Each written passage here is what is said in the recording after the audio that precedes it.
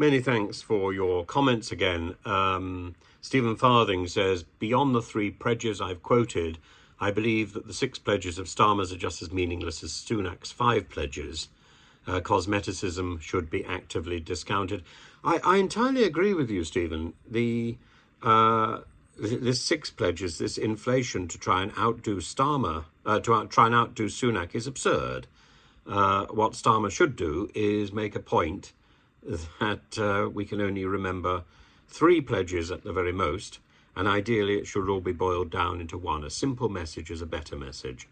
Michael K says, you overlook the primary source describing the Antichrist, John 5:43. Here Jesus is giving a monologue to the Jewish Pharisees who are persecuting him for healing on the Sabbath. He says, I have come in my Father's name, and you do not accept me, but when another comes in his own name, him you will accept. The Greek word for another here means another of the same type, not another of a different kind.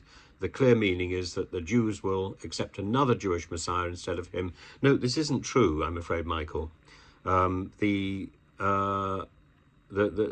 text you're looking at, and the Greek word and allos, it doesn't have some sort of mystical, specific meaning here.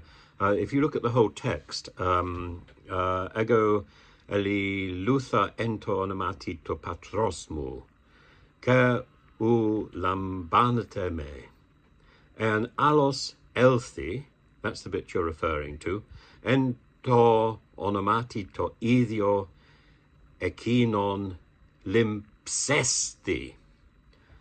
I'm come in my Father's name, and you do not accept me. U lambanete me. But if an allos, but if someone else, an allos elthi, comes in his own name, ento onomatito idio, the word idio is so interesting there. You will accept him. To idio ekinon. You will accept him, that individual. And it's paralleled in Matthew 24, verse 5, and in Matthew 24, verse 23. You go on, it is beyond doubt that the Antichrist will be a Jewish Messiah, and your pack of criminal friends over a Chabad Lubavitch are quite chatty about it, in fact. This is clearly the trajectory of the state of Israel, which brings forth fruits from its heart according to its demonic nature. What utter rubbish. And really, you have to go back to the texts to establish this. Lubavitch are a group of people who proselytize within Judaism. They have these wonderful mitzvah tanks, and they stop people who they think might be Jewish and say, are you Jewish? Why don't you come and do a mitzvah? Why don't you come and perform a command? And their heart is in the right place. And certainly at one point they had messianic ideas about their leader, Menachem Mendel Schneerson. I'm not sure they do anymore, but this idea that they are of a demonic nature is absurd. And the fruits of the generation of the Antichrist, you say? Revelation 9:20-21 enumerates them: worship of demons and idols, murders, witchcraft, sexual immorality, and theft. And indeed, many antichrists, both small and large and above, should be the test by which we can recognize them. But Revelations 9:20-21 is not specifically talking about the Antichrist.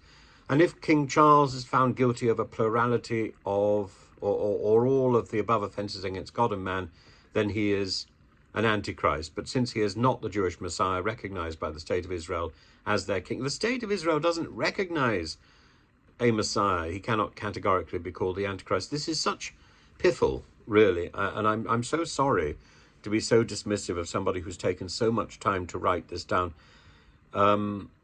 There's a fellow called, I think, Tim Cohen, who has whipped up this nonsense, and I would quite welcome an opportunity to have a talk with Tim Cohen, but what he is what he is putting out, and the way he is manipulating people over this image of King Charles is shameful, and I am slightly shocked by this sort of thing. And I'm speaking now as somebody with a background in academic theology, and I think it's important that some of us speak out and identify this as false. The texts are there to read, and I will try and pick these comments up as and when they turn up in the feed, because I think they need to be called out.